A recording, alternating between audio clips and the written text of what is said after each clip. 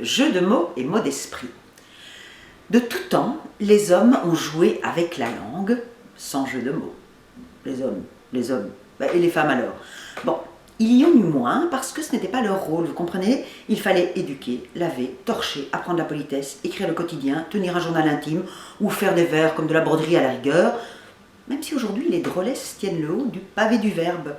Grâce à la verve burlesque émancipatrice d'une Pauline Carton, Colette Renard, Anne-Marie Carrière, Jacqueline Maillan, même si on nous parle davantage de Rabelais, Alphonse Allais, Pierre Dac.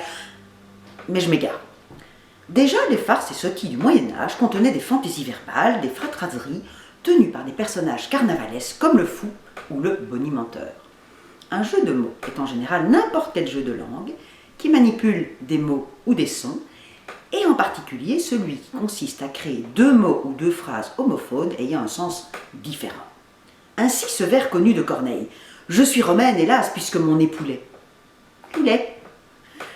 On joue aussi avec le détournement des expressions. « Les carottes sont jetées » est le titre d'un ouvrage savoureux d'Olivier Marchon, quand les expressions perdent la boule.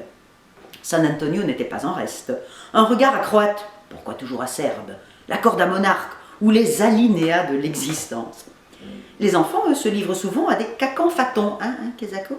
C'est lorsque le jeu de mots résulte d'un hasard malencontreux. « Maman, j'ai des coccinelles dans les pieds !» Un mot pour un autre, et la vie devient poétique.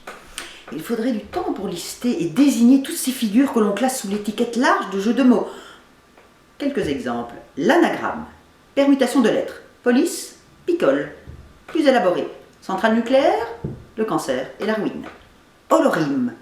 Dans chaque église, il y a toujours quelque chose qui cloche, disait Jacques Prévert. Zeugme, il prit du ventre et de l'importance. Paronomase, à l'aise Blaise, cool Raoul. Movalise. Gare amnésie, mais où ai-je fourré ma voiture hier soir en rentrant ivre? À migrant, emprunté à la journaliste Anouk Van Gestel qui sait de quoi elle parle. Ou Cocoricoset ou autre Jeanne d'Arquet chez San Antonio. Sans oublier nos Dupont de l'humour grammatical avec forte allusion sexuelle, contrepès et calembour.